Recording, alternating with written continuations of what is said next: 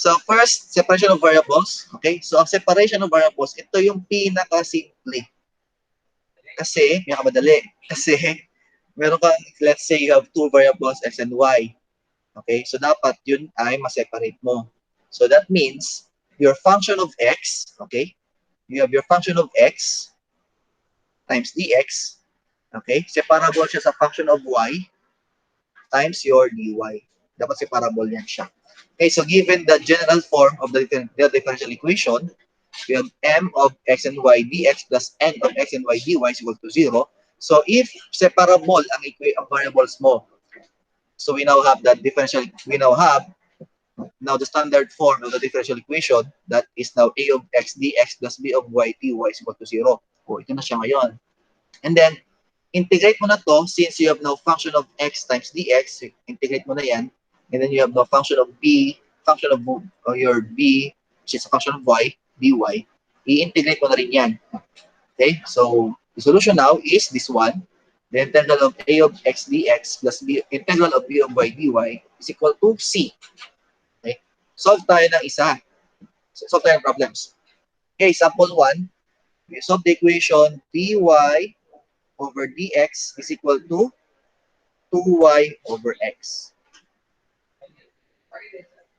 Okay, kung makita ninyo, separable yung equations. Okay? Yung variables. Meron kang y dito sa denominator, numerator, may y ka dyan. And then you have the denominator x. Okay, separate natin to by cross multiplication such that yung dx lipat natin dito and then yung y lipat natin dito sa baba. So, mangyari, you now have dy over y. Nilipat natin yung y sa baba. And then is equal to, o 2, yung dx naman, to dx over x. So that we now have your function of y. Okay?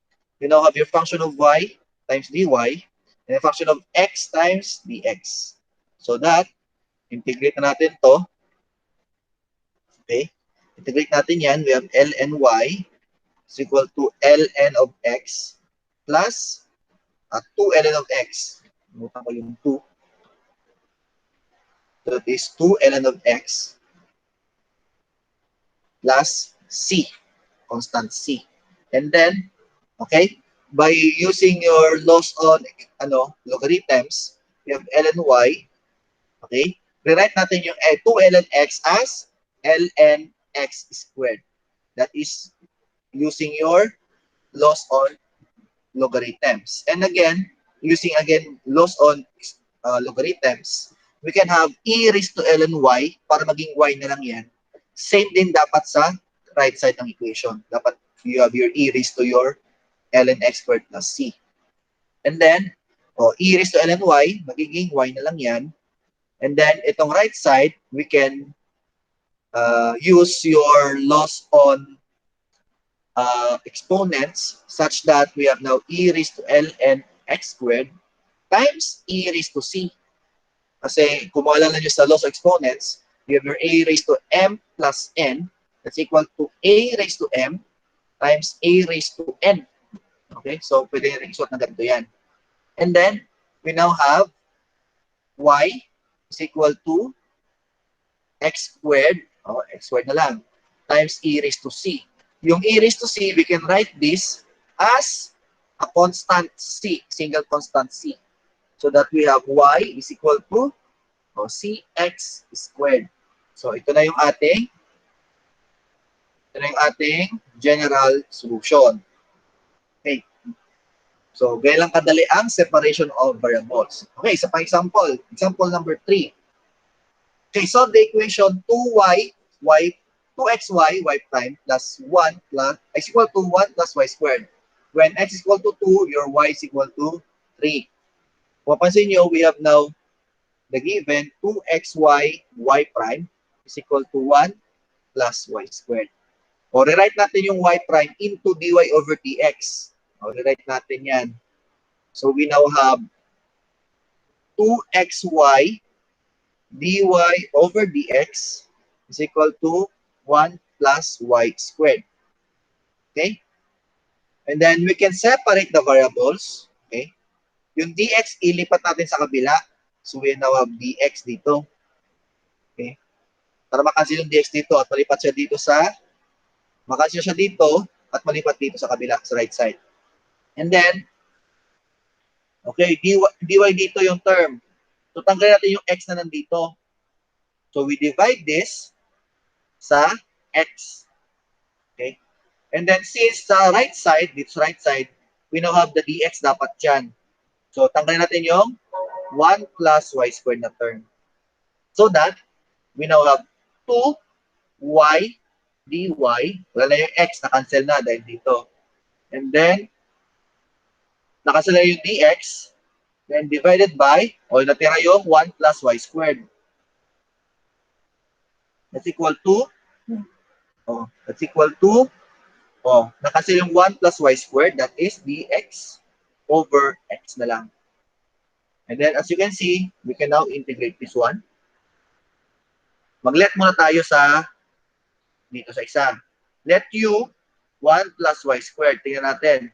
And then your du is 2y dy. 2y dy.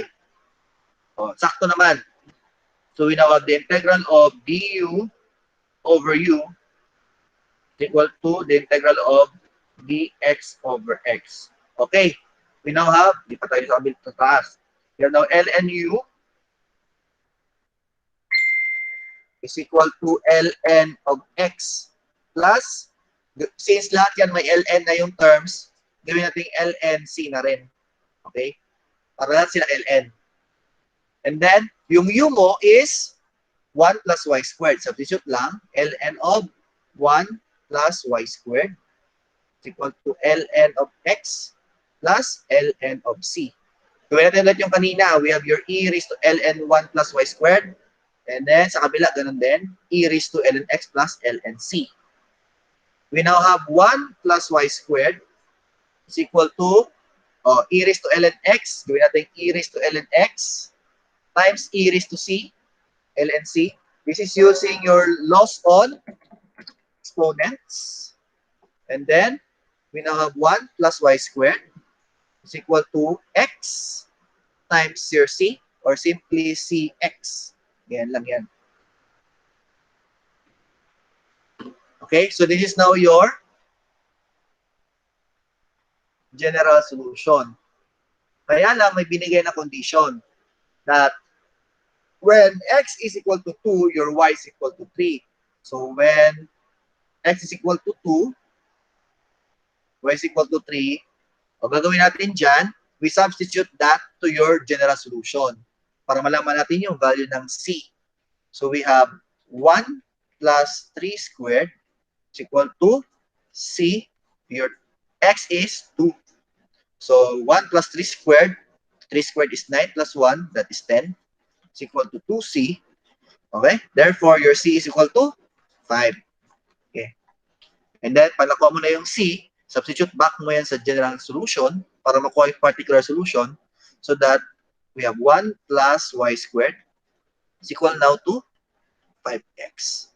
So this is now our particular solution for the given differential equation with the given with the given conditions.